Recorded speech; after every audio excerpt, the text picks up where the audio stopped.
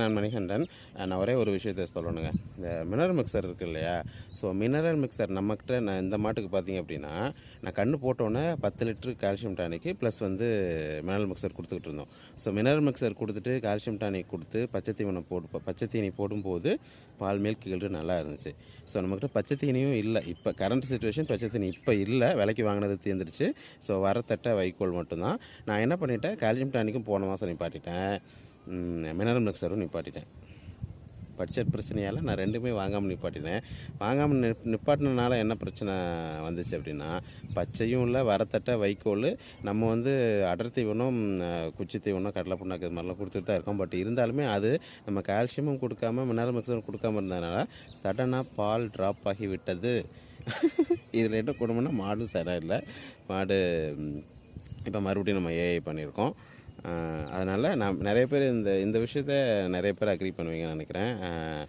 Mineral மிக்சரும் கால்சியமும் கொடுக்கும்போது இருக்கக்கூடிய milk yield அதை நிப்பாட்டும் போது நமக்கு ட்ராப் ஆகுது. ஸோ அது நிறைய பேர் வந்து மாடு 3 மாதம் தான் வந்து பால் மில்க் ஈல்டு வருது, 3 மாதம் தான் மில்க் ஈல்டு வருது, அதுக்கப்புறம் வரமாட்டேங்குது அப்படின்னு நிறைய பேர் சொல்கிறீங்க. ஆனால் நீங்கள் கால்சியம் டானிக்கும் மினரல் மிக்சரும் கண்டினியூஸாக நீங்கள் கொடுத்து பாருங்கள், கண்டிப்பாக பெனிஃபிட் இருக்கும். ஸோ மில்க் சடனாக ட்ராப் ஆகாது. நம்ம பச்சையும் கொடுத்து கால்சியம் கொடுத்து மினரல் மிக்சர் இது 3ஐயும் நம்ம ஃபாலோ பண்ணோம் அப்படின்னா நீங்கள் வந்து நம்ம மில்க் சடன் ட்ராப் வராது. ஸோ இப்போ நமக்கு வந்து இந்த மாட்டில் பார்த்திங்கன்னா இப்போ சடன் ட்ராப் வந்துருச்சு. சடன் ட்ராப்னா எவ்வளோன்னு கேட்காதீங்க, 10 கீழே வந்துருச்சு. இருந்தாலுமே நீங்கள் வந்து அந்த 10க்கு மேலே போகணும் அப்படின்னா கால்சியத்தையும் மினரல் மிக்சரையும் ட்ராப் பண்ணக்கூடாது. ஒரு சிலர் பார்த்திங்கன்னா சுண்ணாம்பு தண்ணிலாம் கொடுக்குறாங்க. சுண்ணாம்பு தண்ணிலாம் கொடுக்கக்கூடாது.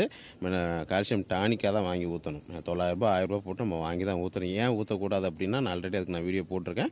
கால்சியம் டானிக்காக வாங்கினா மட்டும்தான் அதில் நிறைய மினரல்ஸு நிறைய இருக்குது.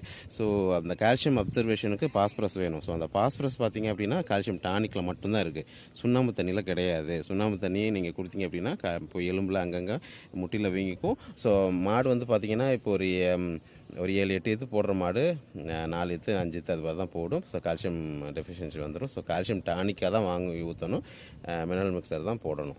ஸோ அதுக்கு வேறு வழியே இல்லை.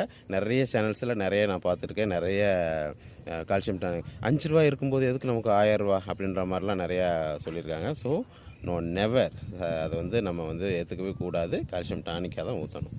ஸோ இது பை எக்ஸ்பீரியன்ஸில் நான் பார்த்தது. ஸோ எத்தனை பேர் இதை அனுபவிச்சிருக்கேன் அப்படின்றத கீழே கமெண்ட்டில் சொல்லுங்கள். Thank you so much.